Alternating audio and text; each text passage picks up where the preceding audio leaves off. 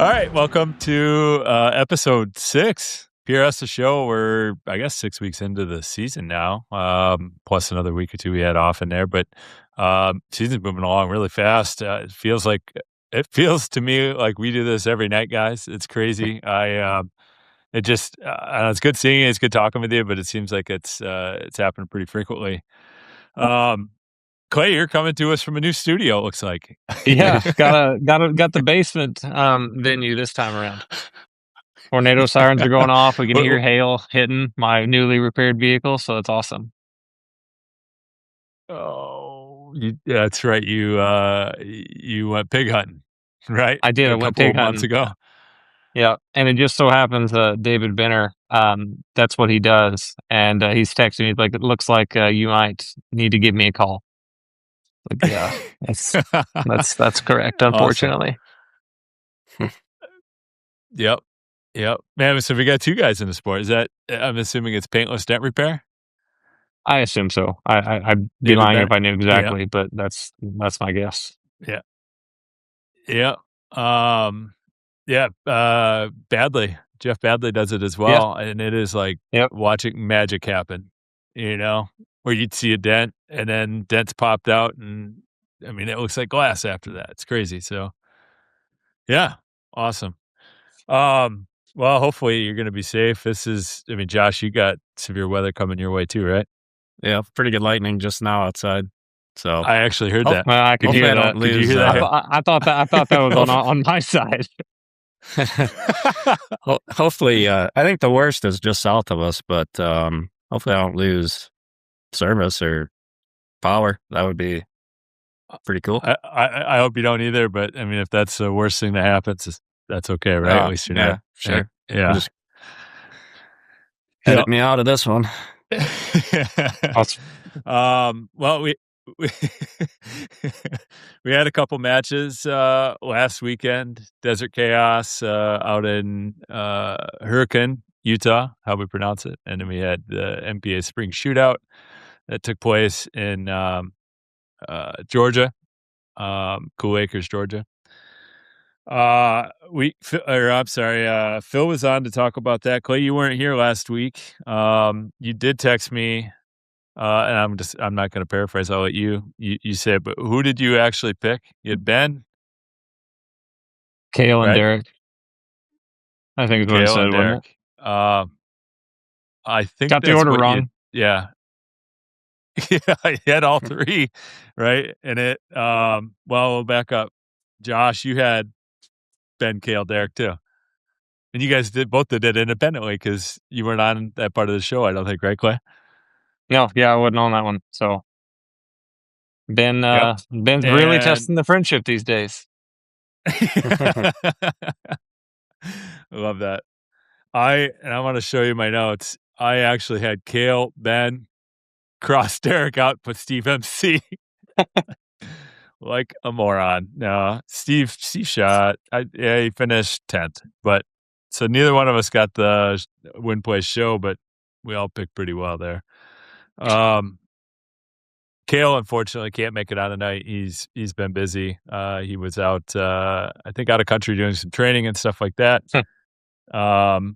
But he's back now and hopefully spending some time with the family. Let's bring up the screen right quick here.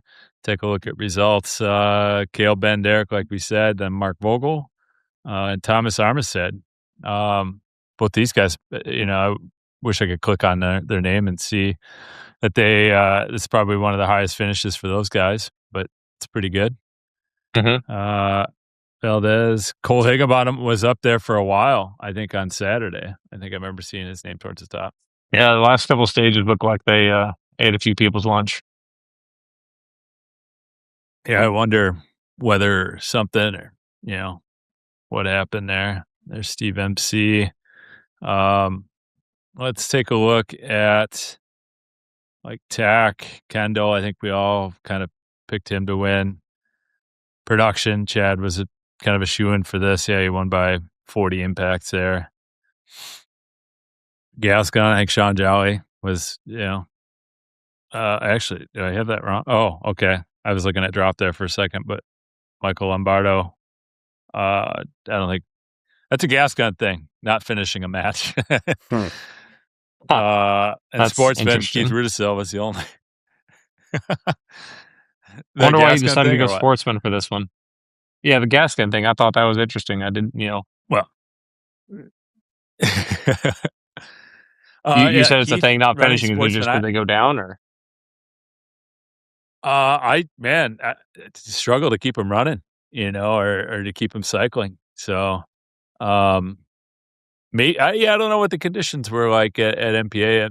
I'm certain it wasn't anything like what we're going to hear from Austin Bushman, the winner of Desert Chaos, or Clay, your match. I mean, was your match actually fairly dust free this year? the first day was because it was all positional, but I got tagged in enough stuff from day 2 that apparently the moon dust was clinging to everything. Yeah. No, I did see some pictures of that. People washing the rifles off after the fact. Yeah. Yeah. Actually, I had a memory come up from it was last year's match. It was last year's when I shot Sportsman. I just brought my rifle home, put it in the tub, and turned the shower on. Works. Well, Makes them run better. yeah, I if just it's leave any them dirty. comparison, yeah. If it's any comparison, I know when I shot Utah, the Hornady PRC match, my rifle was dirtier from that match a few years ago than what Clay's was. So I don't think Clay's was awfully dusty as they claim it normally is. Yeah. Yeah, dust comes in all shapes and sizes, right? I mean, it can be like really fine powder. Red stuff is like Clay's place, or Utah is different too. But let's take a look at other categories. Lady Grace Vaughn, just over Emma. Senior, I don't remember who we all picked. I don't think it was Buck though. Shot pretty well, dropping 39. No LE, obviously Kale, Ben, Steve MC's in there, Logan McGinnis. Junior, Hunter, I think we've picked Hunter top junior at every match so far this year. He's probably got 3 or 4 trophies now.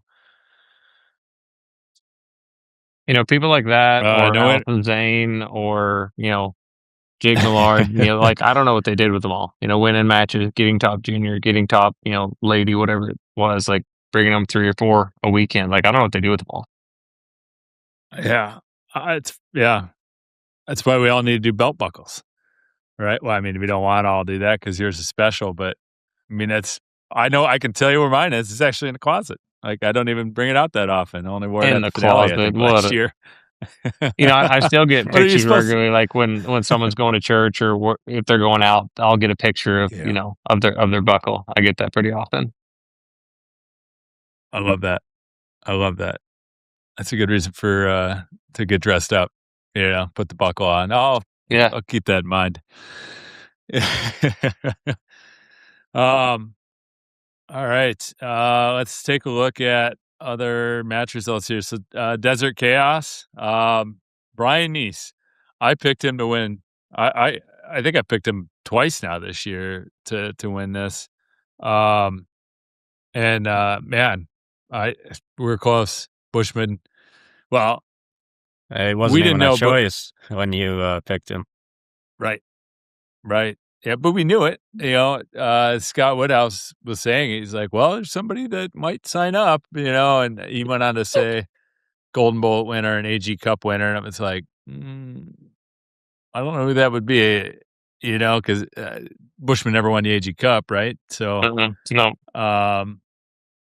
no. But I had a feeling it was going to be Bushman, especially when he backed out last week, because he was loading ammo. Yep.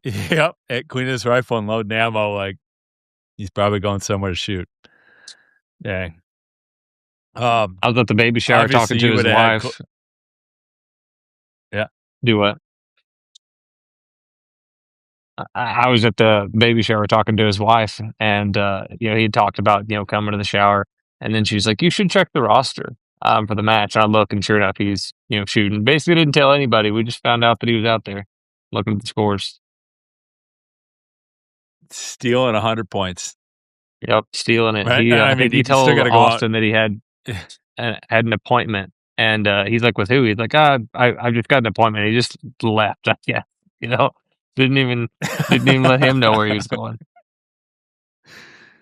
Oh, dirty dog skipped out on work. But somebody's talking about doing that this weekend now, right? Right, Clay? There's If a only you could lot load of your stuff that's ammo, gonna get it ready. there's a lot that's gonna have to go my way to make it out there. I still don't have a gun to shoot. I actually tried to get a gun to shoot on Sunday. Showed up, there's gonna be like an hour and a half window where the wind wasn't gonna be blowing 20, and wake up early, drive out to the range, got everything, get the scale out of the safe, warm it up, paint all the targets, come back, try to get everything set up. I'm like, where's my die? Brought everything but a die, so just went back home. So Oh, just another obstacle and on the road, but still not signed up. Still don't have ugh. something to shoot, but we'll see. What? So help us understand a little bit, like not having a gun to shoot, right? Like what it, obviously you have a bunch of rifles and you have a bunch of Mhm. barrels, you have a bunch of ammo. What, well, maybe you don't have a bunch of ammo. Like you said, you forgot your die, like to seat bullets, right? Explain that to me. Like, what do you mean by doesn't have a gun to shoot? Like, I have guns back here. Like, I could grab. I'm pretty confident I could grab one of them. I got some ammo in here. I can go shoot. Uh, What is it to you? most of the stuff that I've been loading has been stuff that I did load development on and just cranking it out. So I don't have stuff that's just sitting on a shelf that I can go grab.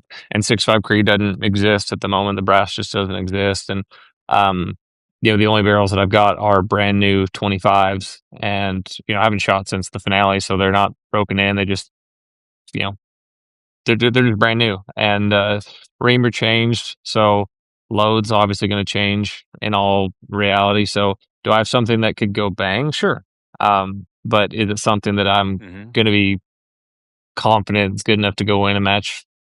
I don't know. Probably not. Yeah, and you do have to have confidence in your rifle system when you're heading out there, right? I mean, that is a big part of this game, just being For sure. confident in what you're shooting, right? Yeah, I mean, as long as Yeah.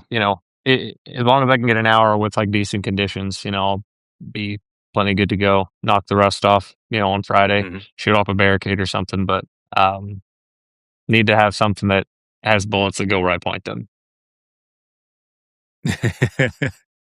How how often are you actually shooting? Because you do a lot of load development, right, and ammo loading. How often are you actually shooting a rifle?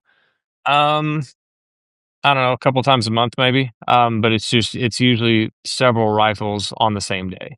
Um, like I'm kind of at the Okay. mercy of what the weather does. So a lot of the time where I do my load development, not every time, but a lot of the time is at Justin's range and it faces straight south. And we either get a north or a south wind almost all the time. And so it can be pretty hard to tell if your gun is shooting wide or if you're getting that 11:30 to 12:30, change. And so I try to get out there whenever it's either going to be a no wind today, which is pretty rare, or a day where it's just not going to be blowing either north or south. East or west doesn't matter. That's pretty easy to figure out. I mean, Hmm. I don't know. I've probably made 2 trips, maybe 3 trips since the finale, working on guys' rifles. I'm not out there very often, but Really? Yeah, I get the impression you're out there all the time. I remember, well, we've had a lot of conversations with you doing uh, regular day stuff, but I know we've had conversations where like I can hear the bolt close, yeah. bang, the bolt open, and we're still talking.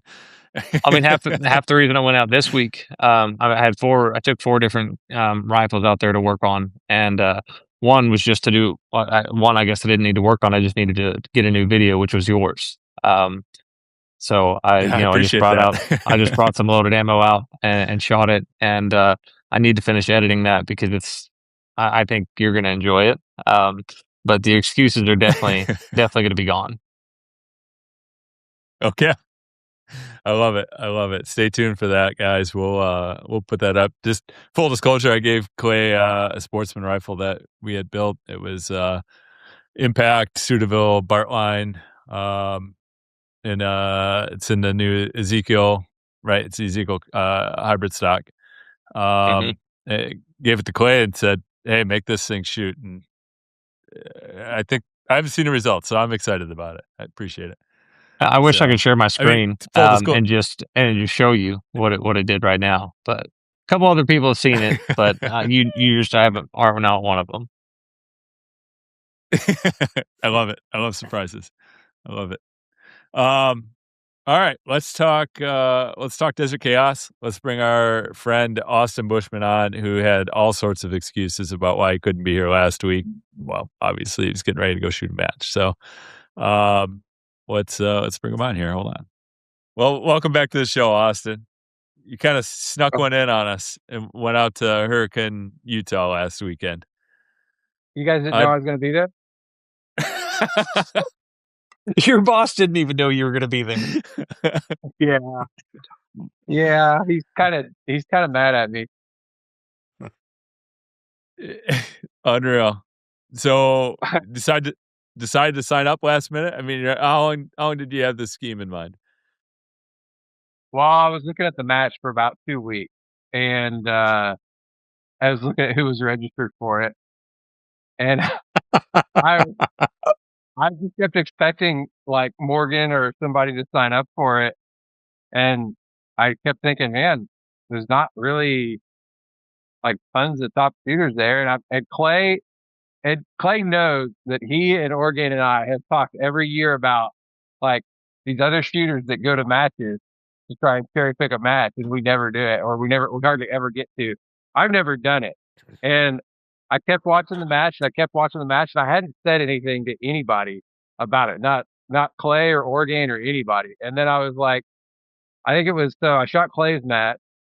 My rifle was shooting so good, and I was like, I was a little bummed at losing Clay's match, and I knew I was shooting good. I knew my rifle was shooting good, so I bought tickets on I think Tuesday to fly to Utah On Tuesday? on Tuesday about before the match. about his last. Well, yeah. Well, you can't say that now. You've cherry picked matches. You know, it wasn't easy to win, but worked out. Yeah, I mean, Brian Neese gave you a run for the money. You got him by one impact. Yeah, Third place. he probably shot a better match. He had one stage, which was maybe the most difficult stage of the match, that he dropped 5 shots on, and then he barely dropped any shots other than that for the match. No joke. Yeah. So you should. Yeah, and then you just took it from him. Yeah.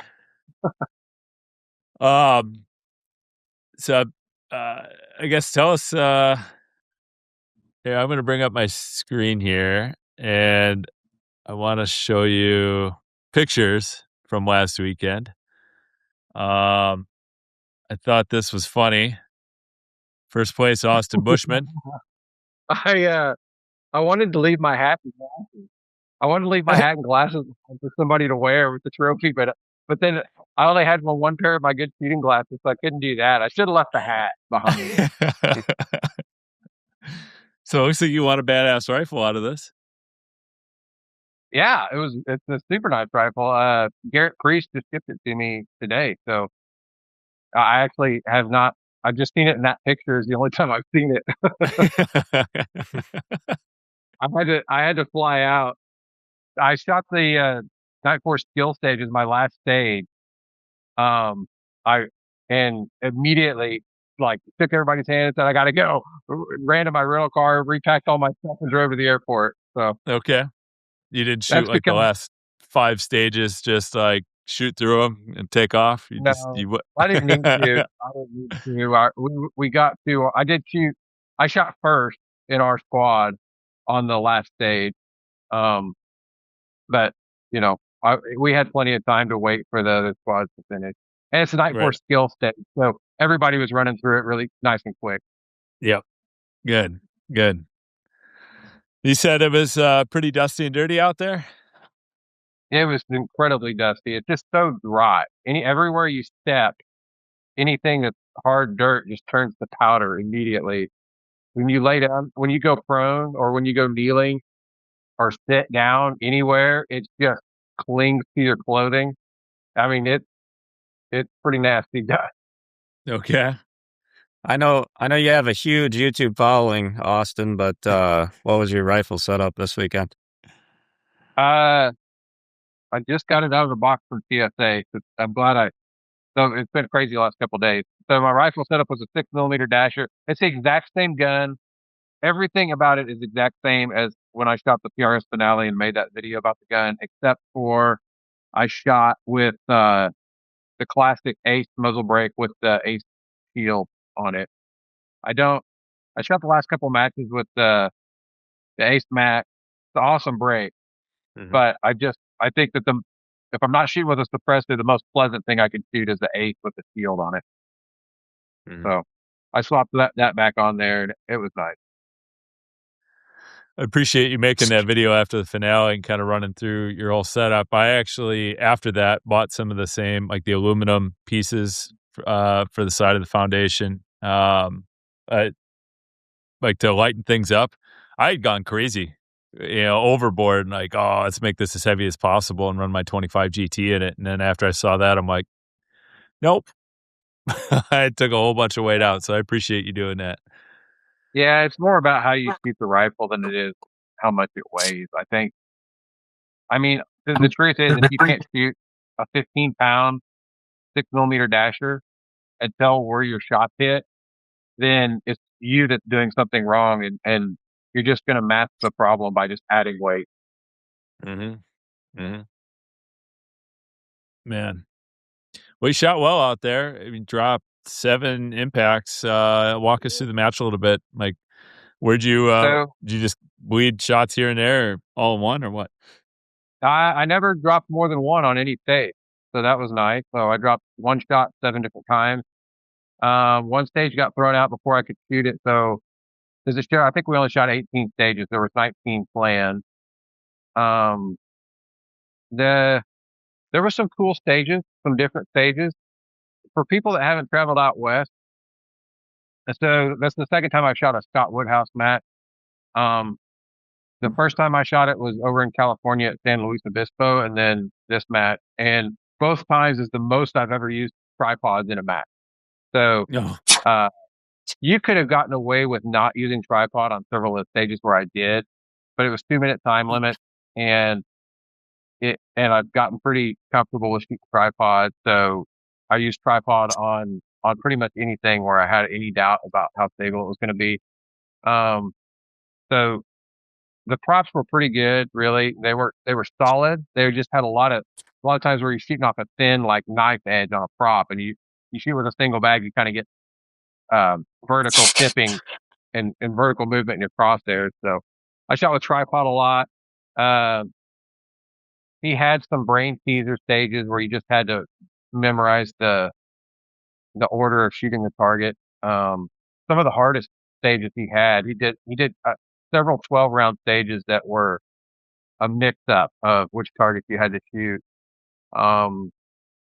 Stage 19 was probably one of the funnest in the match. It was off of a hay ring, and there was 4 pig targets down this canyon. And the first target was on your left, second target was on the right side of the canyon, third target was further down the canyon on the left, fourth target was all the way in the back of the canyon on the right. So, and then there was if you shot it with a tripod off the hay ring, there was 3 positions, 4 targets, and there was a different order of target for every position you shot. So if you shot it with a tripod, there was lots of panning back and forth, but not shooting it with a tripod was scary too. So yeah, I shot it with a tripod and finished with a few seconds left. I think quite a few people end up cleaning that stage. Like, well, not, I mean, I say quite a few, like 6 or 7 people. So yeah. Another thing that's cool about those matches are far west that I don't get in the central region or when I travel back east. There's a lot of new shooters that were at that match, and I was just randomly squatted because I signed up at the last second, and it was really, really fun. It's one of the most fun squads I've shot with. There were some old longtime PRS members in the squad that hadn't shot in a while and came back to shoot, and there was just a bunch Jeez. of new people in the squad. And so, I don't know, for some reason, brand new people that have a really good attitude and just want to learn are like, it's a breath of fresh air. It's super fun to shoot with them. You know, Mhm. they get a 3 or a 4 on a stage, and if they can learn one thing from it, then they still had a positive attitude. It was fun to shoot. Right on. Yeah, you're with Charles Roberts and Ryan Kerr. I Yeah. mean, those are Oh, wow. OGs. Uh, I gave them some really hard time. Charles, he was pretty rusty. He We would shoot sportsmen too. he Yeah. was shooting sportsmen, and he shot at a wrong target or shot targets out of order on probably 15 of the 18 stages we shot, which was and it was like this really simple stages too. On some of them, he would still do it out of order. So I hope he listens to this. He knows. And then Ryan. So I don't know. I think I shot with Ryan Kerr before, but it's been a while. Ryan was just the most nervous person I've seen about what his first shot wind hold was going to be. He was just, I mean, I don't know what you call it, nervous or just really focused on it. But he was, and I bet he missed more. Well, he didn't miss the most first round wind shot. He was so worried about it, and then he would miss his first round and hit the other 9. And it's like, I don't know. I Well, mean, he could have not worried about it and got the same result. well, I mean, maybe he had a legit right to be nervous if he never made them. Yeah. You know. The win. So the targets were pretty generous. I mean, you could tell 7 drop shots. It's not very many. And I made a Right. couple mistakes in the match. I could have tightened that up a bit. But so the targets were big. The time limits were long enough for you to build good positions. And the wind, it blew. Day 1 was way worse wind, but not bad wind. And day 2 was incredibly easy wind. It was basically a 6-mile-an-hour wind for the entire day. It switched directions once or twice, but once it started coming from our left, it stayed exactly the same direction and 6 mile an hour for every stage I shot for about the last 6 stages of the match. Wow. Yeah. That's the easy button, right? If it's not behind you, if it's left or right, that's money. I kept Yep. trying to figure out, on the next stage if it changed or because it doesn't. And every single time, if I started with that 6-mile-an-hour wind, it was just money. And you didn't want to help your buddy Ryan Kerr out and be like, buddy, I told him that. same as last time. We'd have 5 people in the squad use the exact same wind, and he was, and it's like the wind flags haven't changed. It's exactly the same for the last 3 hours, and he'd still be nervous about it. I love it. 6/10 wide target at 400 or 500 yards, and he's like running around frantic. left edge, man. Yeah, Left edge probably would have done it, right? Yeah. But he was super fun to shoot with. He had some tough stages that they didn't go his way, and always had a positive attitude. So Okay. that makes it fun. Okay. Let's talk about other picks that maybe we had here. I think I went Brian Neese, Dan Bertocchini, Rusty Ulmer. Oh man. I think if I would have picked Dale Rhodes for number 1. Yeah. And Brian shot incredibly good. I probably would have picked Brian Neese and Rusty Ulmer. Those 3 for top 3. Yep. Rusty. Actually, no, Rusty that's was not true. I 11. would have picked. So I watched y'all's show while I was traveling to the match, Nice. and I would have picked Sean Haymore. Actually, I don't think that's a real dark horse pick. That's probably who I would have picked for number 1, and then Dale. Yeah, Sean. Well, Dan Bertocchini was 20th there, dropped 24. Oh, yeah, Sean was 26th. Yeah. Yep. Oh, Dan, I didn't get to talk to him. He was right behind me for 2 shots behind me for a big portion of the match. Something must have happened. I didn't get to talk to him. I left so soon. But he dropped a bunch of spots at the end of the match, so something must have gone wrong. Yep. Yep. And Josh, you picked Dale Rhodes, David Benner, and Rusty Ulmer. Dale was 5th, Rusty 11th, and David Benner was 8th. That's for sure David's best match finish, right? Yep. Yep. I mean, we've been talking about him all year. We should get him on the show at some point, right? Like just He'd be good to have on. He's got a good personality. Right on. Well, it's awesome to see. I mean, you called it back at Gravestone, Clay, that he'd be the one to watch this year, right? Like he's gonna climb the leaderboard and be fun to follow. And yeah, he's gonna do it. And he's gonna do it in a hurry. Yeah, I love it, man. Austin, appreciate you making some time for us this evening. Hopefully we'll see you on the show again here at some point, whether hosting with us or possibly another win, right? Probably a couple more wins, maybe 3 or 4 more wins. Yeah. What are you doing this weekend? You staying home? You going to Iowa by chance? Or? Too many good shooters there. Oh. I am going to Box Canyon for my next match. He's already been beat by Shane. He didn't want it to happen again so soon. Oh, love it. Shane's supposed to be Box Canyon. He'll probably beat me there. Most people do. No. Austin, what do you shoot for a suppressor? Box Canyon, big suppressor only. What's your rifle system when you're? I asked Boomer if it's allowed, but I have a silencer Scythe STM with a muzzle brake mounted on the end of it with an adapter that has 5/8 24 threads on the end of the can. So that's pretty nice to shoot for recoil. But I don't know. I'll have to reach out and find out if there's any rules about how quiet a suppressor needs to be for this match. I would actually prefer for it to all be, like super quiet suppressors, but there's so many suppressors with brakes out there and short configurations of suppressors. I'm sure I wouldn't be the only one shooting that kind of configuration. Yeah, I mean they're pretty strict on like how loud it is, and if they just deem it as too loud, I think they tell you like you got to change it, which it is what it is. But I guess I can I'll just take the adapter module too. If it's too loud, I can add the module onto the end of the silencer SDM. Comes with an extra like 3 or 4 baffles, and you can just put those on, quiet it down. Mm-hmm. Yep. Get the duct tape out and just run it over the ace brake. Cover the ports. Yeah, man, awesome. Well, it's awesome having you on, Austin. Appreciate you. We'll talk to you soon. All right, see you guys. Thank you.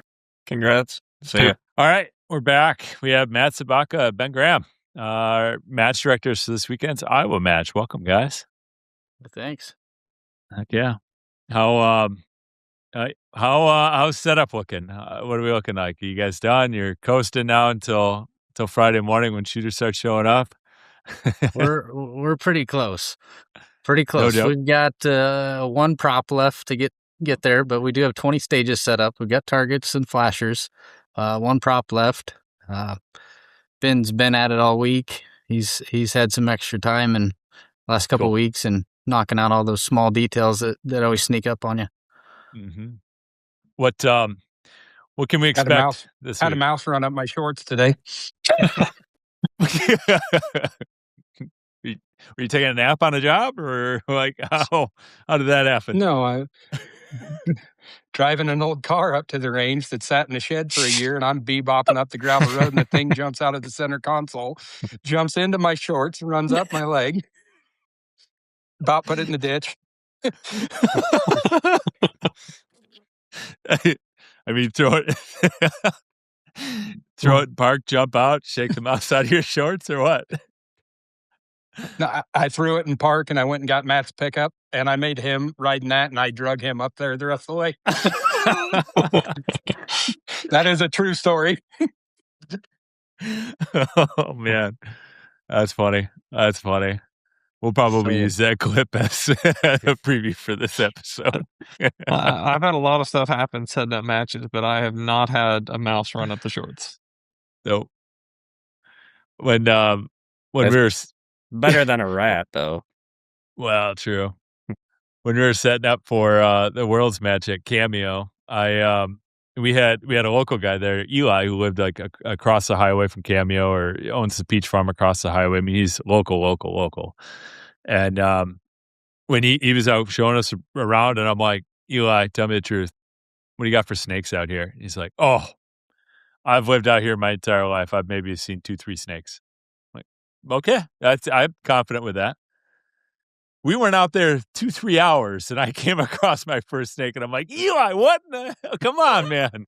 Like, not for me. You don't run across snakes like that setting up in Wisconsin, I'll tell you that. Was it a rattlesnake or what were they? Thankfully, it wasn't a rattlesnake. It was green, I think. But either way, I mean, snakes here are not a big deal because they're all Wisconsin snakes. They're not venomous, whatever. They're harmless. But out there, I don't know. No thanks.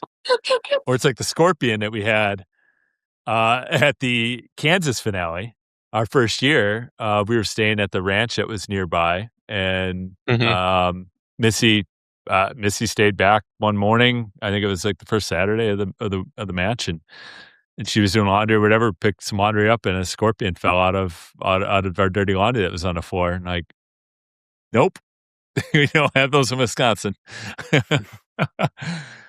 We were staying at an Airbnb in Utah for the Hornady match, and we'd be sitting there having breakfast, me, Orgain, Bushman, and mice would just come out. They just look at you like, hey, are you going to give us some? Like, they were not afraid in any way, shape, or form. They were absolutely everywhere in that house. Actually, I stayed with a mouse last year, your match. I stayed out. Yeah, the Red Dustin or whatever. Yeah.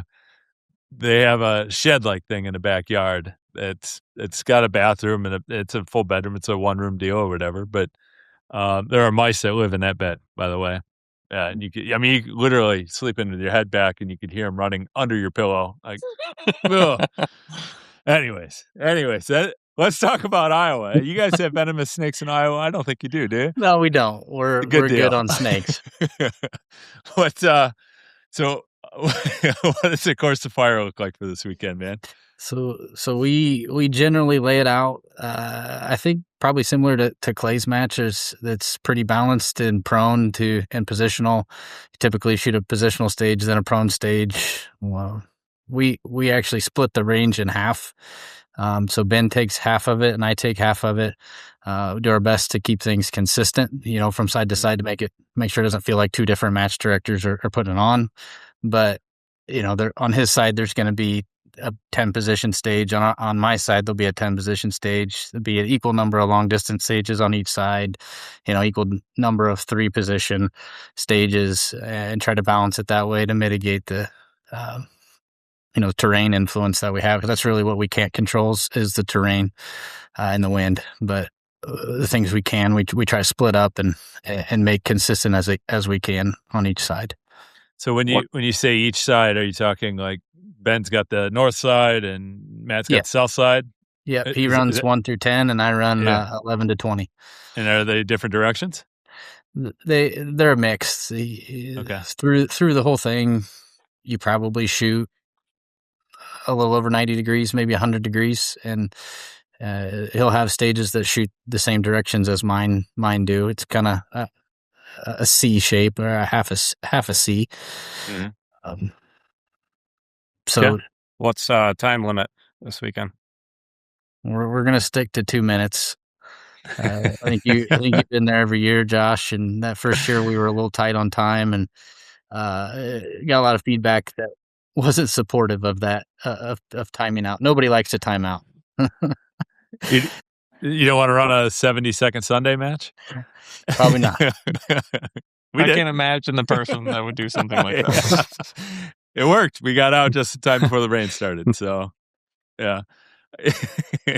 What do you bring in to anchor down my truck Sunday so it doesn't fly away? There's some hay bales there that you can park next to. All right. So Ben, I don't know if you want to stand close to them, but it might blow over. So Ben got hay bales on each side of all of the porta potties today. Hopefully we don't lose one of those like we have in the past, but it never fails. We get the windiest days you can possibly imagine for our match. Sunday looks brutal. Sunday looks brutal. I literally got a text message today from a Wisconsin shooter headed there. And I'm just going to read this. It's a screenshot. Windy. This is Sunday's forecast, 41 degrees. Windy. Periods of rain and snow in the morning will become snow showers in the afternoon. High of 41. Winds northwest at 25 to 35. Chance of rain 80%. Winds could occasionally gust over 50 miles per hour. Clay, did you say you were coming to shoot this or not? It's looking less and less likely by the minute. So I think it's the same guy that sent you that, Ken. Sent me a screenshot of his ballistic solver. And he did like an 8 o'clock wind one at 30 mile an hour, one at 35. And at 789 yards, 5.4 mils to 6.3 mils left. With elevation of, is the elevation in there? 6.1. So he's like, Sweet. dude, I gotta go look at my wind dial. I don't even think I have 6 mils on my wind dial. No, I bet if you zoom out to 12 power, you could probably get to 5 or 6 mils. Yeah. Oh yeah, you can get it in the scope, but yeah. What do you think, Clay? I'm just wondering, how many drops it's going to take to win it. If it's going to be blowing 25 to 35, gust to 40, it's not going to be, Bushman dropping 7 like he did last week, and it's probably going to be pretty sporty. I think year one, Lane won it. He dropped, I think he was in the 30s. Is he in the 30s? Okay, yeah. 25 or something. Yeah. And he gapped guys. I think he won by like 10 shots or something, 10 or 12 shots over Keith Baker. And I think Keith had him by 1 point after day one too. Yeah. Wow. I was shocked at how much of a difference there was when it finished. What didn't Ted win it last year? What did he win it by? I want to say he's probably around 11 or 12 down, won it by a shot or two. It was a lot tighter last year. We still had a lot of wind. I don't know, Josh, what were you holding, 15 mile an hour average? Probably, maybe yeah. Around there, but it was fairly consistent versus the year before, and we had smaller targets the year before. We spent all the money we had on bigger steel the next year. I think last year, instead of, if you leave your windage on 0 and just hold stuff, if it's under a mil or whatever, I think the whole day I had a mil left on the scope and then just held like 2/10, 4/10, 6/10 that way because everything was a mil plus even at 500, so I remember that. So are you on the big side of things like last year, or are you on the smaller side of things like the first year? We're sticking on the bigger side. We're consistent there. We even got a couple other targets in the shed we can upsize. Looks like we may need to do that.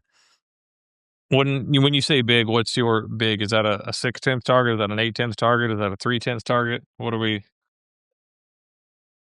We're probably, what would you say, Ben? I'd say 6 to 8/10 is probably most of them.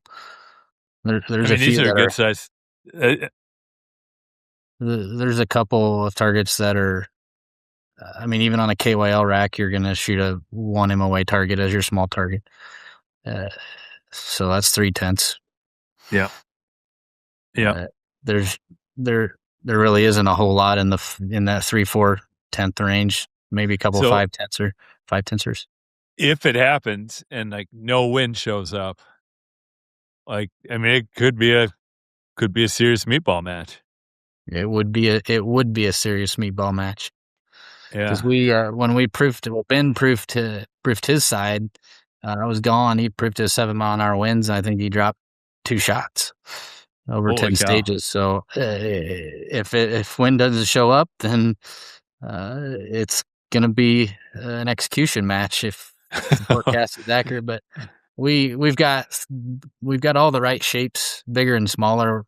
Up to Saturday morning, we can alter things appropriately.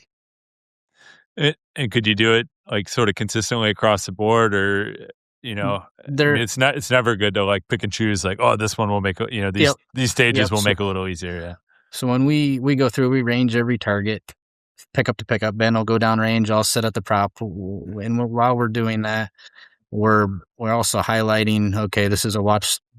These targets are watch the weather targets. Not all targets on every stage are that way. Just the way things are set up, direction you're shooting, what you're shooting off of.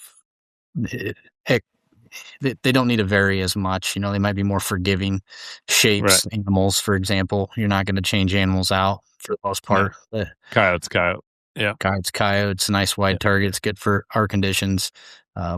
We use a lot more rectangles because of that too. Because if if the wind's short, we'll go turn the rectangle vertical. If the wind's going to be strong, we'll turn it sideways. So you get the width advantage, right? That's pretty smart. That's the first time I've heard. I mean, the only downside there is you got 2 holes in a target.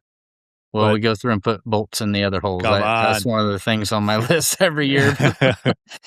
Because that would be, if I was shooting that match, that would be my bullet that went through the hole. That's why you shoot a 6.5. Goes bigger, 30 cal. That was one of our takeaways, though, after the first year was to get rectangles so we could use less steel and get more flexibility out of it. That's pretty smart. I like that. Another thing we do is, like, our matchbook just says circles. We don't put sizes. So if, day before leading up to, we can upsize or downsize circles or squares as needed and not change anything. Okay. Yeah, I mean, one strategy is to, like Clay does, right? Everything's 6/10 and 4/10.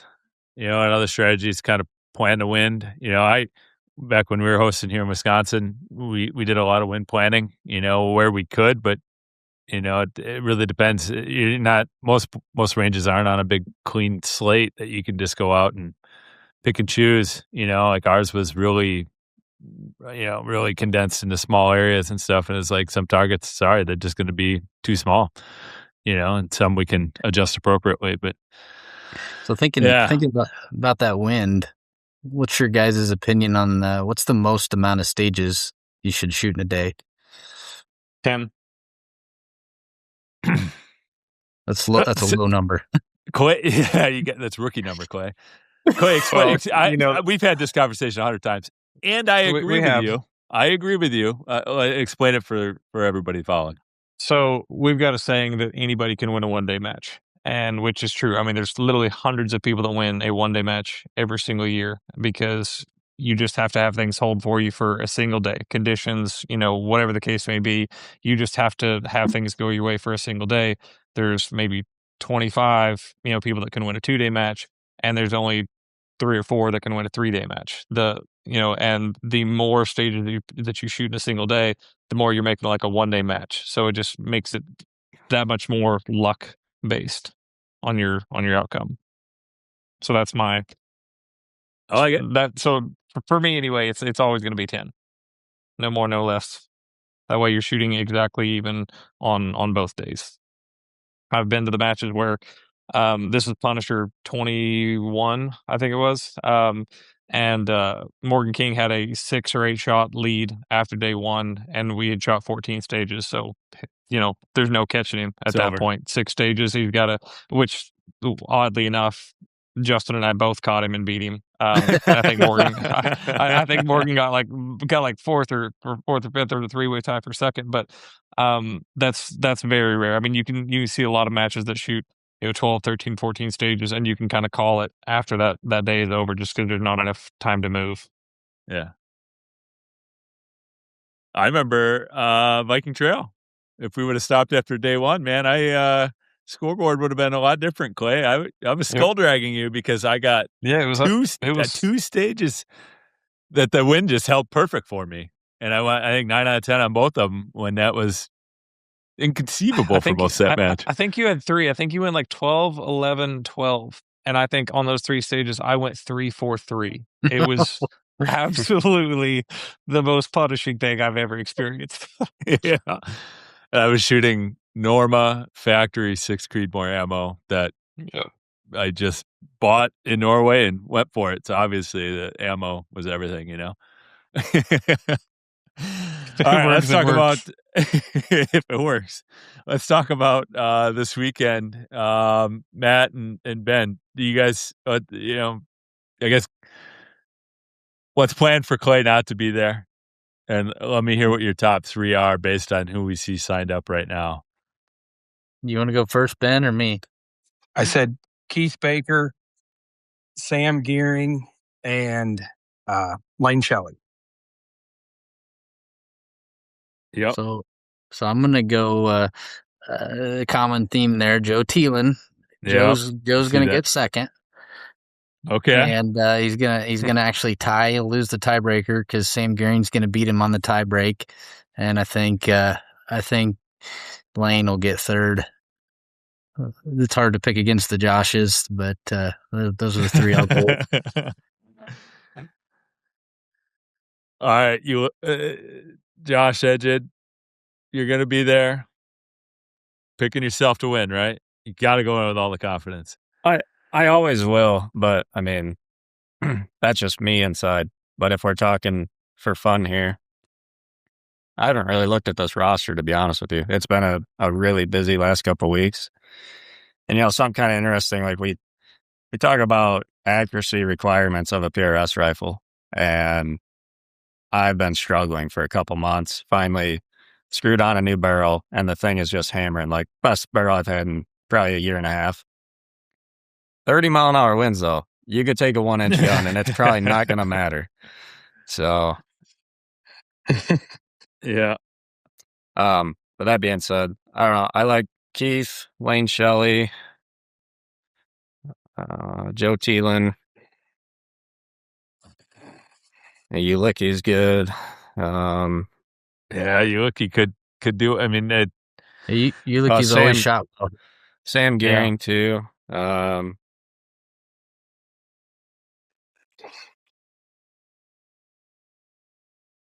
Yeah, as you scroll, I'm gonna end up saying 10 names and not really have a pick. Yeah, I know. I know. It's hard to. Joe's been training with that 308 for so long, and I really wanted to be there when he shot his first match without it, which I think was Clay's, and it went really well. Yep.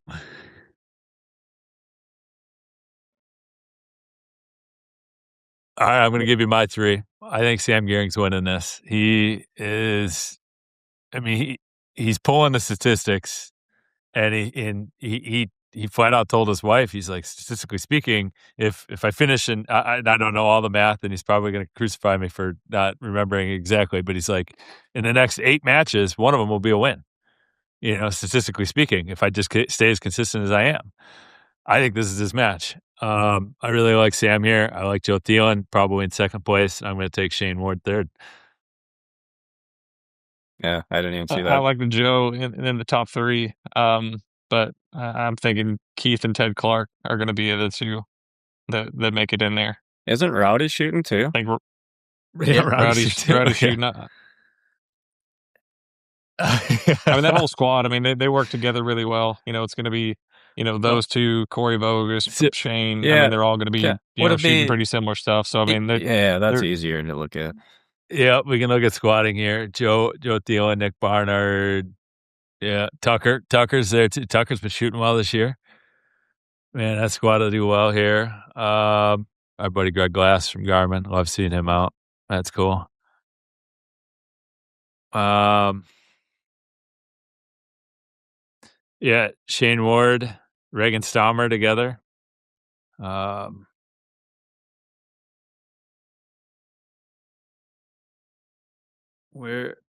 Wayne Shelley, Keith Baker. You got Chris Offer too, and Chris could, Ted, Chris Rowdy, Offer, Corey Vogus. That squad 8's looking pretty solid. Yeah. I mean, that squad will produce at least 2 out of the top 5. Squad 8. Yeah, Dale's always a factor. Yep. And it's so hard to see on this app. Like, you're talking about squad 8, and I'm like sitting here trying to figure out, there. So it is so tiny on the phone screen. Sorry, I was trying to figure out like who we were talking about when you were like, there's going to be 2 in the top 5. Yeah, well, you just gave me that. Yeah, I mean, You're there's wrong. a real good chance that that's. Well, I was like, I don't know what he's talking about. I couldn't see it. So he's got to be wrong. You'll give me feedback I think after you this just. show. That's fine. I think you're just used to being wrong so often. That's just your natural reaction at this point. It's just facts. It's just facts, Ken. Facts don't care about your feelings. I don't have any anymore anyway. I mean, even Chet, last year Chet was shooting Winkler. really good. He, man, big improvements last year. He was a lot more consistent and hasn't shot this year yet, but Chet, Josh, and Rick Kutcher all on the same squad. I mean, we don't shoot big wind over here. This is a fairly Wisconsin heavy squad here. We just don't shoot in big wind. Like, you know, if we went out to Columbus where our home range is and shot, and we're shooting at 4, 5, and 600, I could tell you what my dope is going to be or what my holds are. You know, it's like 4, 5, and 6/10. You know, at those range, distances, like it's really predictable, and it's just not like what I think we're going to see this weekend.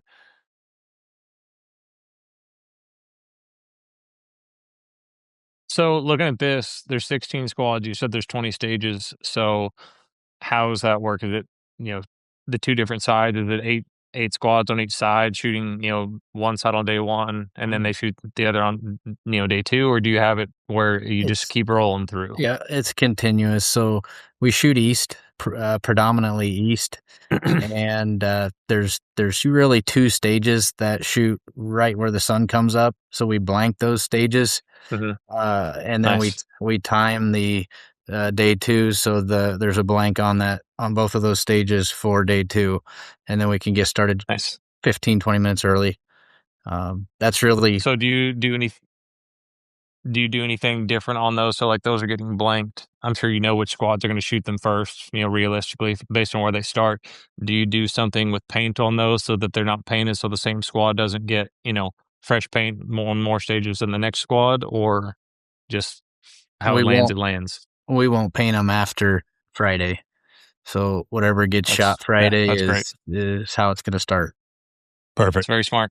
Yep. Great targets are fair targets, you know? Agree. Yeah. And all the right. Biggest, I'd say the biggest thing that it can get tough to find targets.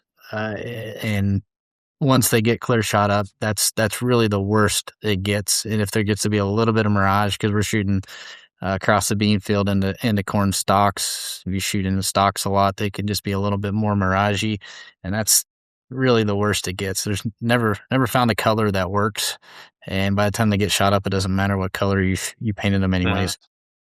Do you use any placards out there at all? We don't have any placards, so it's all natural markers.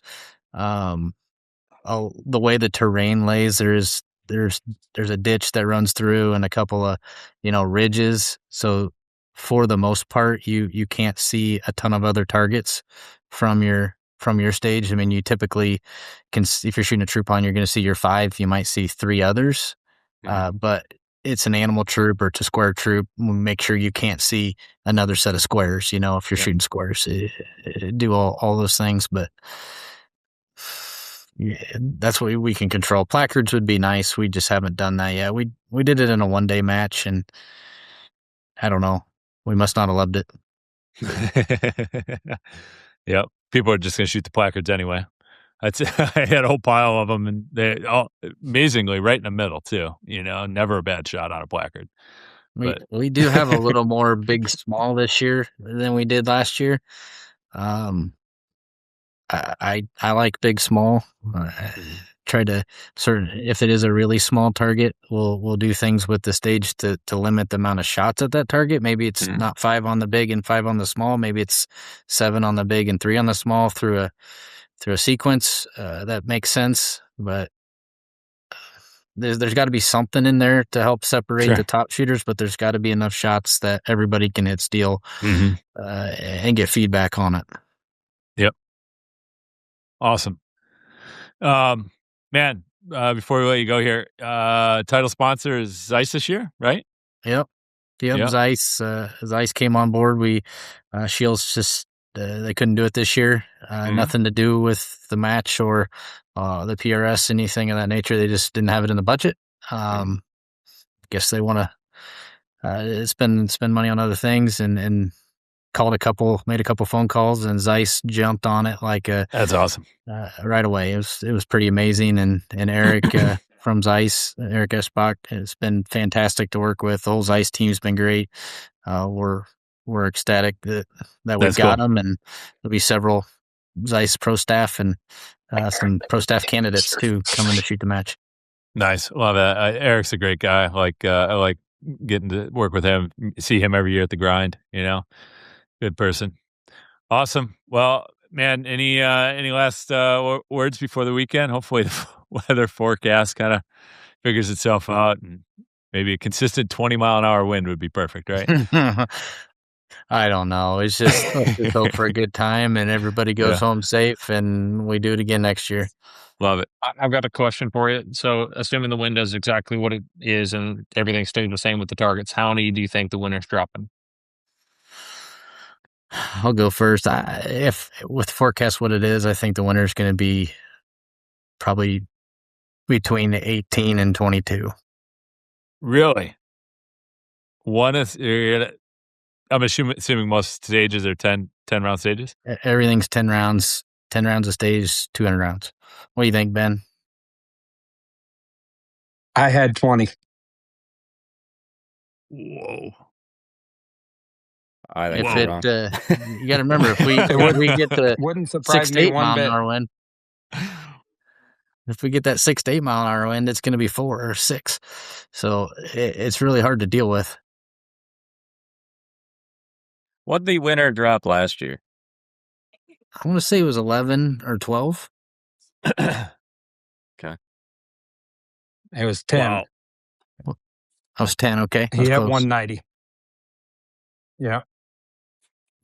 And the match is set up very similar in target size and the stages that you're shooting. It's not like there's drastic differences. I think the conditions are going to be enough more difficult. Even if we put, if you swapped a 14-inch circle to a 16-inch circle or 18, it really doesn't matter in a 40-mile-an-hour gust. You got to go up several sizes to make that bullet land on the target. No. Wow. Well, that's why I Wow. think 18 might be soft, but we'll see. I mean, when the weather forecast, I would say 35, Yeah, But I was going to if- say at least 30 if it's going to blow 30, 40 mile an hour, but I guess we'll see. We'll see. I hope you're wrong. I our hope sake. he's right. That's so much more fun. Oh my gosh. Wow. It'll be a grind. Wow. It really may come down to more of a, and not necessarily the best shooter, the most luck, but just the mental capacity to deal with 30 mile an hour winds for a whole day is that it takes a lot out of a guy to stand there and take that abuse, especially at 40 degrees too. It's going to be miserable. Well, on that note, we hope you guys have a great weekend.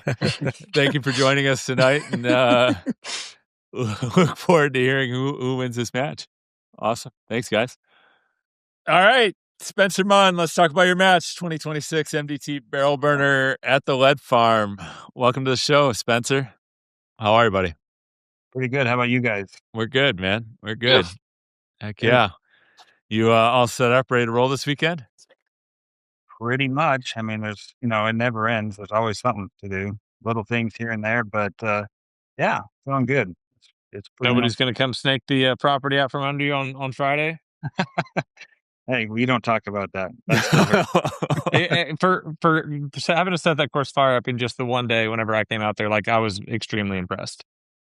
Thank No you. joke. Yeah, it was a shitty position to be in, but what are you gonna do?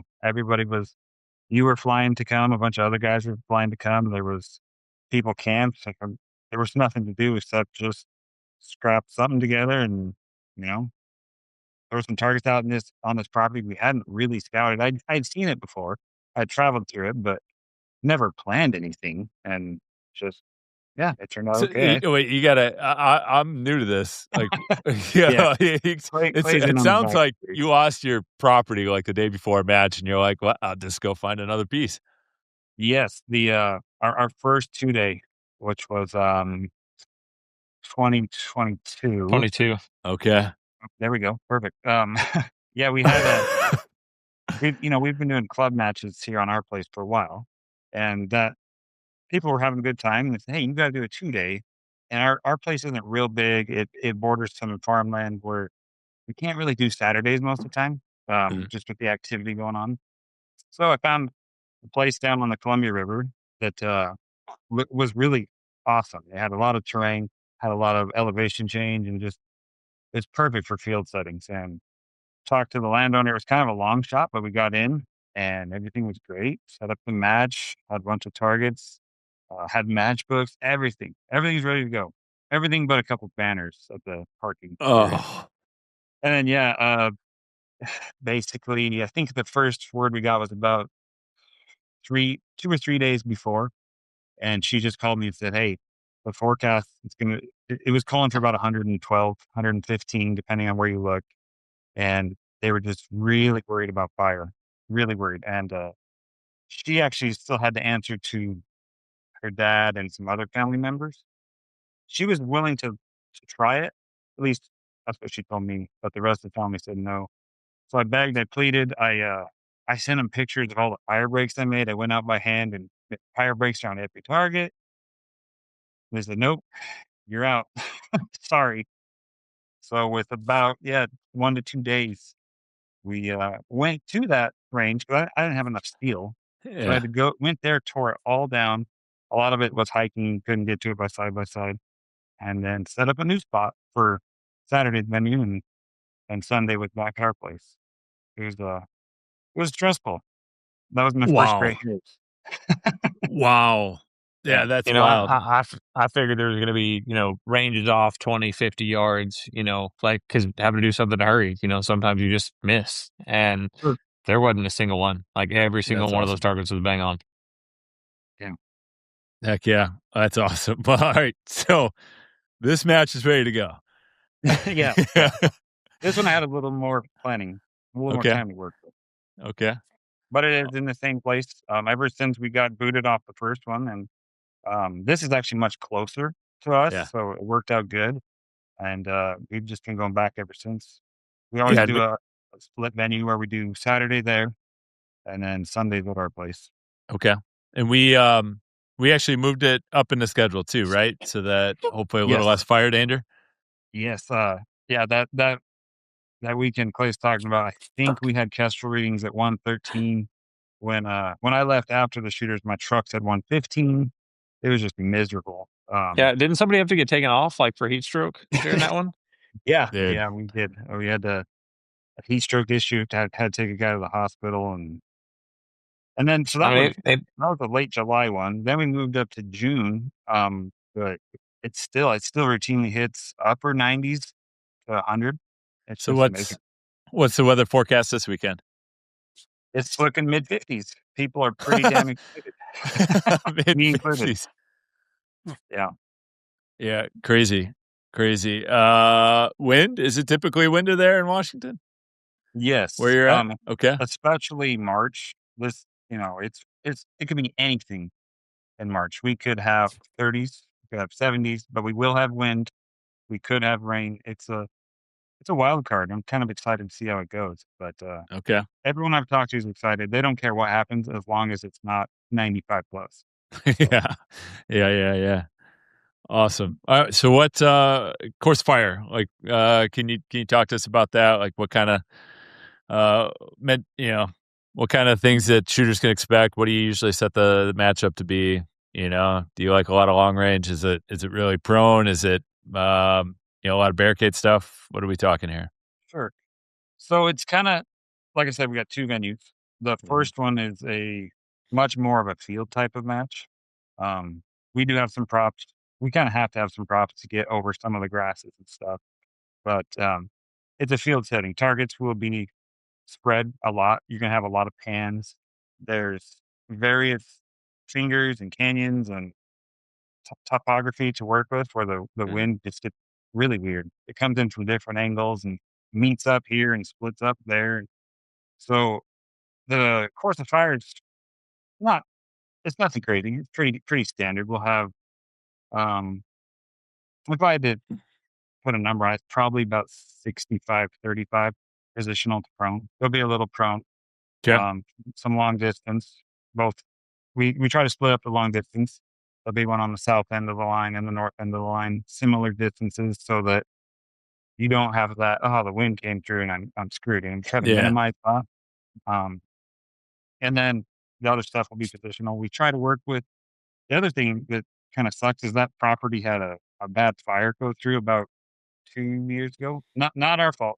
It started actually on a neighboring property. They didn't put it out, and Okay. then it burned through. And it took out most of the range's sagebrush and stuff, which that's all we got in Eastern Washington. Right. There's not a tree anywhere to be seen. We got sagebrush or nothing. So that kind of sucked because I used to always run tripod stages, getting getting over some sagebrush, getting through some sagebrush, just stuff you'd see in the field or if you Yep. were hunting or whatever. Yep. So we kind of lost part of that element. Some of the range still has it, some of it doesn't. So it's kind of become a little more typical with some props, some vehicles, that kind of thing. But we still try to throw in tripod stages and stuff like that. And then Right on. Sunday, we'll be on our range, which is a lot more of a square range type setup. I still try to get a lot of pans and directional shifts. So targets have different wind, different elevation and stuff, but a lot more typical PRS. Okay. Two things you said there, like to me were really wild whenever I came up there, driving out to the match, super pretty driving through, big forest. And then literally like in 10 feet, the trees disappeared and it just looked like a desert. Like it's the most stark line I've ever seen driving anywhere. And then you were talking about the tripod stages, and still one of the coolest stages that I've ever shot was, the second time that I came out there, you had a panning troop line off of a tripod, and I want to say it panned like 210 degrees. Yep. And so you're just standing, spinning in a circle, on a tripod, shooting a troop line. It was really cool. Nice. Yeah, Nice. we typically have some variant of that every year. It's back again. That's the part that burned. So you don't really need a tripod anymore. And given what the wind can do, I didn't want too many standing shots. It just blow your body around. So it's still a huge pan. I think it's 270-ish degrees, and it's from a That's stack cool. of tires now. So you can kneel. They're set up so that you can bag it, you can bipod, either one. But it's going to be, Nice. and the targets are straightforward, but you better be on your toes for wind. The other day when I was there, I just ran a punched in the wind that we had, and it was anywhere from 4 mils right to 3.5 left, depending on where you're at. So, what size targets do you put on something like that? So I tried this range, Saturday in particular, has a tendency to kick people's ass. I put out the same targets I do at our club ones, and the scores are just lower.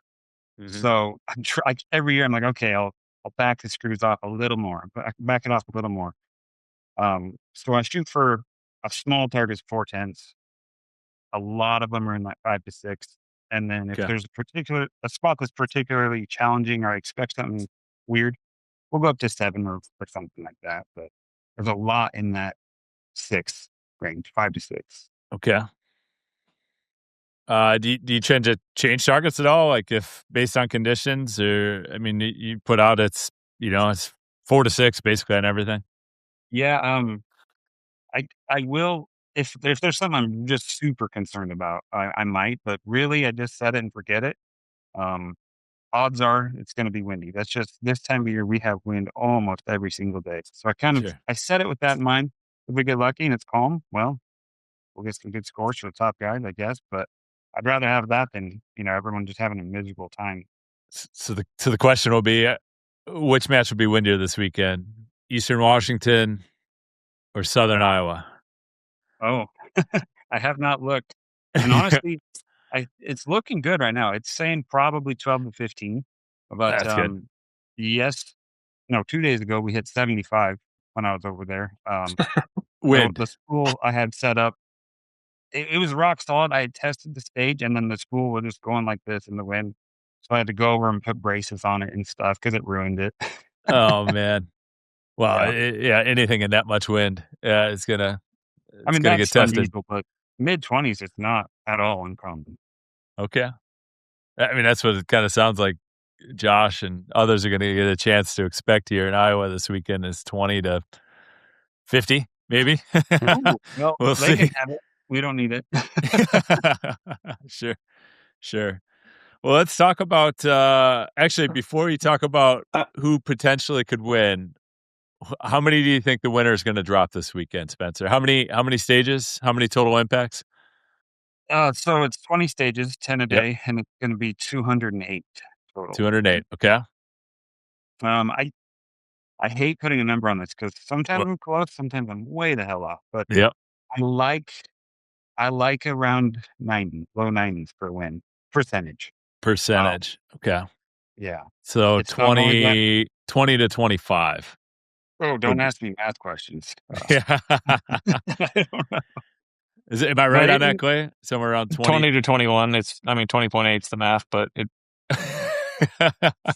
Yep. 208, 10%. Yeah. Okay. Okay, yeah, 208 shots, and there's a lot of shots downrange, so I'd be fine with the winner missing 15 or 20, somewhere in there.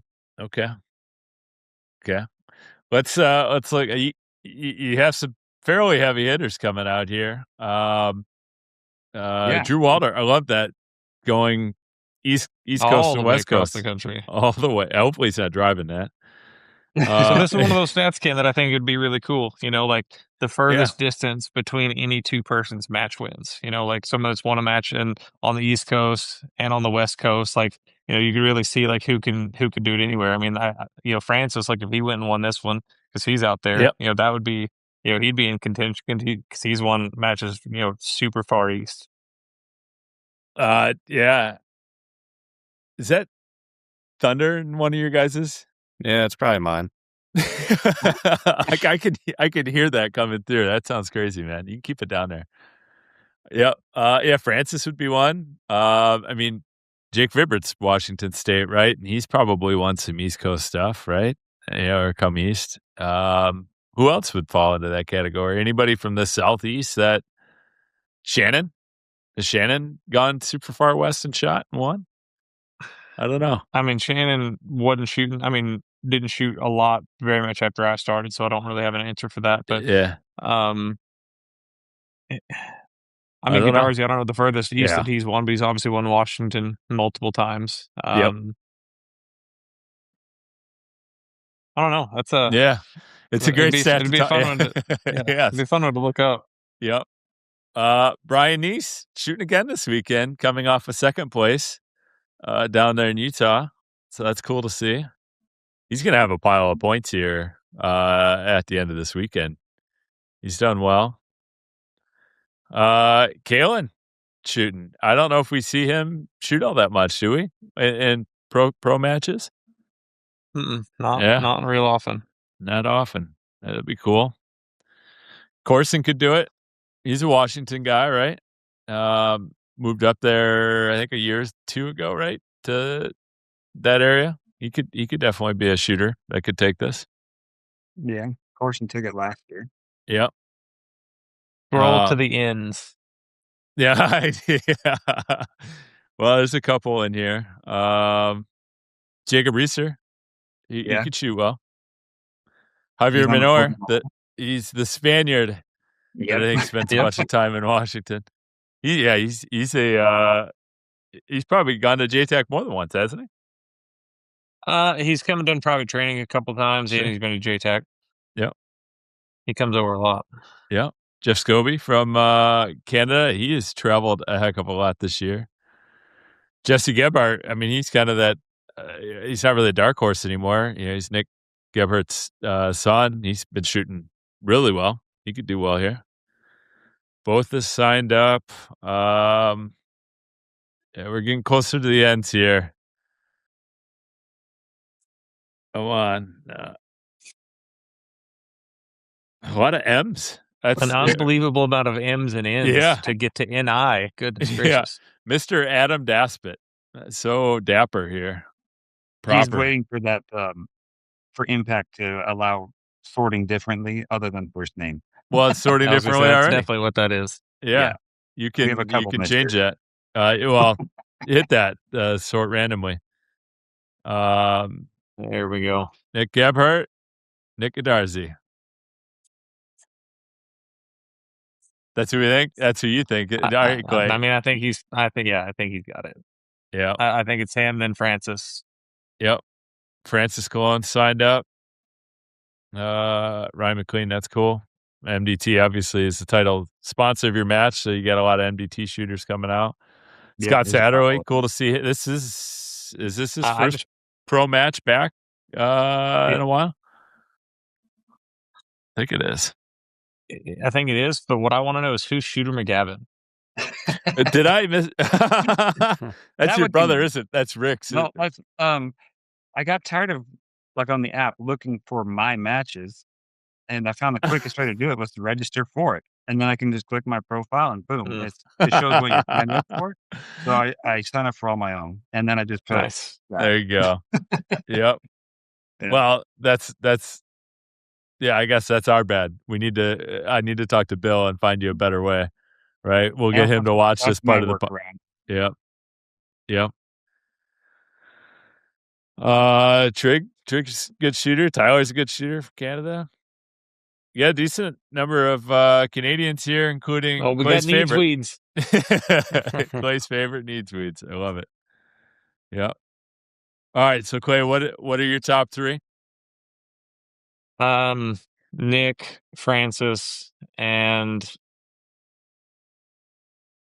probably Corson. Okay. Josh, you've I'd seen them. go. What's that? You've seen them. Who are your top three? Yeah, I'm gonna go Franny, Nick, and then I'm between Corson and Patty Youngs. I'm sorry. Did I skip over Patty? Usually I did. There he is, Patty Youngs. Yep. I'm going Brian Neese. I have picked him a few times this year, and I feel like if I let off the pedal now, like he'll end up winning, and then I'll look like a fool. So I'm going Brian Neese again. And I think it's Francis. I think it's Nick. So we'll see how that plays out. Spencer, who do you like this weekend? Oh, I hate this part. Somebody's going to say something to you this weekend. Oh yeah, for sure. No, I pretty much agree with what you guys have said. Unfortunately, Nick's kind of on the bubble right now. It sounds like he's got. I think he tweaked his back or something. He's going to try. Well, he whooped me out there when he couldn't hardly move. So I'm not sure that I'm changing my pick. Well, for sure, yeah. You guys whip around together with bad backs, and you're known for that too. Yeah, Clay's known for doing that with a bad back. Sorry, let's make you shoot better. He's tough to beat. He knows all my tricks. Like I'll try to defeat him, and whether it's wind or target or order or something, he just finds a way to shoot well. So he's an animal, especially out here these West Coast matches out in the field style. I've never shot with Francis, but his rap sheet speaks for itself. So I'd put those two, Nick and Franny. Yeah, Corson has a history both of our club matches and our pro matches doing really well, so he's there. Brian Neese, Reister, there's a bunch it could be. But you're not picking one. You don't want to be that match director. We'll go Nick just because. Yep. Hell, the numbers speak for themselves. He wins most of the matches he shows up to out here. Yeah. Go Nick Francis and Corson last year was doing phenomenal. I don't know how many he won, but he had perfect score, club perfect in the pro. He was just on a roll. He had 4 match wins, Clay. I think it was 3. 3. He was 3. Okay. At least 3. Oh, he had yep. And yep. It was 3. Yeah. No, it should be a fun one to watch from far here. So we'll watch it on Impact and see how it unfolds. I guess any last shout outs or anything? MDT is your title sponsor. Pretty cool. You got a lot of MDT folks coming. Yep, Yep. MDT. I'm not even sure how many, to be honest, There are but quite a few bunch. on that list. Yeah. Yeah, I'm gonna have to break a bunch of hearts. There's a bunch of Canadian flags, but the international's got to go to somebody else this year. Javier, yeah, the that part of the rules, it's going to get released before your match starts. So Okay, so I'm not the bad guy. no, you don't have to be the bad guy. I had to be the bad guy at mine. So Yeah, yeah, Perfect. and we've heard about it. I've gotten some emails since then, but yeah, it will get released, fully done. I get it. I Yep. mean, it is what it is. But yeah, I don't know if everybody knows that yet, so I'll let them know. Yep. So yeah, I'll get them released before the weekend, and maybe shoot you a text so that you have that on hand. But We'll figure it out. No big deal. yep, right on. All right, man. Have a good weekend. Good luck. Enjoy the cool temperatures, and look forward to seeing who wins this thing. Thank you. Sounds good. Let's talk points and how the season's shaken out so far. If I go series, pro series, open, Keith Rudisill, 289. I mean, that's probably squad 2 at the finale this year. I think it'll probably be 3. You think so? Okay. I mean, it'll be borderline. I think right around the line of the 2 to 3. Yep. There's a couple of people that have really high 2-match scores right now. Mm-hmm. Let's take like a look. Bushman's is probably 199.5 or something. Yep. How do I? Yeah, let's do 100 here. It's 2 match scores of anything less than 200. Oh, Gage Capel's 196. That's pretty good. It must not be uploaded because Bushman got second, 1 point behind, and then won. Let's see where Bushman is here. Oh. We, I think, and this is a terrible time to do this on, but yeah, it shows 99. Okay, so you can see active memberships here. So, for those of you guys that are waiting for some reason to do your membership before or after a match or something, just buy it now. So you're not like Cale Harmon, who's got 100 and he does not yet have a membership. And he's waiting on the government to do the AMU thing or something. But like, it's scary to see that, like, just buy the membership. I'm just waiting on my compensation from the PRS for doing a podcast every week. Hoping that pays off. It already has. You haven't looked yet, have you? Yeah, you have a membership. I gave you a membership like 6 weeks ago when we started doing this. I'm like, I think Clay's going to be on really? this. Yeah, I did. So your profile's active and all that. Wow. Well, thank you. Well, thank you. I appreciate the 2 hours of time every week. It seems like we need to get this thing kind of rolling. Yeah, we need to. Yeah. Well, I think we're getting there. I mean, we had a couple of hiccups tonight with getting guests on at the right time and, talking and stuff like that. We need a producer is what we need. Somebody to be like, all right, you ready? Get on, sign on now. We talk for a few minutes and whatever. I did talk to Shane Ward afterwards, the call that we had last week. And I think he's going to try to line up personalities and stuff for us. So, if there are weeks where it's super challenging, Clay, I mean, in a few weeks here, who knows? Yeah, exactly. Josh, I mean, you're traveling, spinning barrels, trying to eat, a lot of interruptions. Yeah, I think it's going to be more fun having different people on anyway. So. Exactly. So if you're one of those people that are like, I got a personality, or I want to tell people how it is, maybe we have a forum for you. But I talked to Shane. I told Shane, like, hey, line up some personalities for us, and then we'll do like, You could even send out an email, and then they can send in, whether they do or don't want to, and then Shane can filter through the ones that are interested in going, rather than having to just search them out. I think he's been running the phone tree. Oh yeah, he's been working for it. But I mean, the plan would be to have a sort of selection thing where you can do that. You could select a week that you want to be a host, and that's fine. There's going to be weeks, we got baseball coming up here. How warm was it down there today, Clay? It was when you about get 90. storms. It was 90 degrees. Mhm. Wow. It was 88 yesterday. I think it was right at 90 today. I mean, so you guys could you legit could be playing baseball for the last. You probably Yeah. didn't have to stop. Yeah, we had Monday night. It was 65 degrees. We had kind of a warm front come through, whatever, and maybe we could have gone outside, but the fields are just trash. You know, we Been just covered in snow forever. They're soaked, I'm sure. exactly. But I think April 20th is our first game. It's my first year being a baseball coach. I know on Monday nights when we try to record these things, we're going to have a lot of home games on Monday nights. So like, we'll see. The show must go on whether I'm here or not. So we'll see. But if you have interest, Ken, reach out. This isn't really related, but that weather I sent you today. So Mhm. Clay, it was 45 here today, and literally 100 miles south of me, 2-hour drive straight south, was 84 degrees. Oh my gosh. So That's wild. that's That's why a just problem. south of us is getting massive storms right now. Yeah. That's a problem. Yeah. This time of year is wild for that stuff. Just wild. Which had you in your basement, started the show. Here we are 2 hours later and home free. Now I might Yeah. need to go to my basement. So Yeah. Man. Well, I appreciate you guys coming on. Thank you again for your time. Any other comments to throw out here? Or let's break and get on to spending some quality time at home. Now let's get going. It's time for ice cream for me, the prego, and the baby.